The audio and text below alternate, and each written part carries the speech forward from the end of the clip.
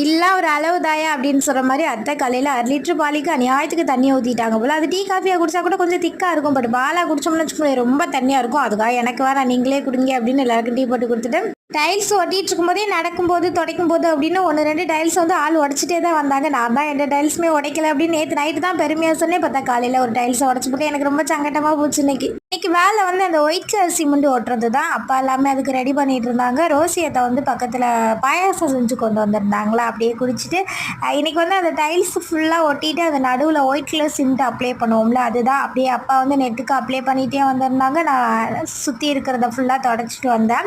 மாமாவுக்கு தனியாக ஒரு வேலை கொடுத்துருந்தோம். செல்வா வந்து தனியாக பைப்பு ஏதோ கட் பண்ணி போட்டுட்டு இருந்தா. ஸ்டார்டிங்கில் துடைக்கும் போது நல்லா ஜாலியாக தான் இருந்தது. நன்னல் இருக்கும்போது போக போக வெயில் வர மண்டை காஞ்சு போச்சு. அது மட்டும் இல்லாமல் டைல்ஸ்க்கு வந்து கண்ணே தெரியல, பளிச்சுன்னு இருக்கிறதுனால அப்பப்போ கீழே வந்து நீராக தண்ணி கரைச்சி கொடுத்துட்டு இருந்தேன். இன்றைக்கி கிச்சன் வேலை ஃபுல்லாக எங்கள் அத்தையிட்ட கொடுத்துட்டேன். நீங்களே பார்த்துக்கோங்க, நான் மேல் வேலையை பார்த்துக்கிறேன் அப்படின்னு.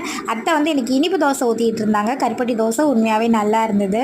காலையிலேருந்து வேலையை பார்த்துட்டு இருக்கிறனால தான் இன்றைக்கி வீடியோ லேட்டு கொச்சுக்காதீங்க. இன்றைக்கி நம்ம ஃபேமிலியில் ஆகாஷ், பிரியதர்ஷினி, வேணி, ஷாரா, நர்மதா உங்களுக்கு இனிய பிறந்த நாள் நல்வாழ்த்துக்கள். பாய்.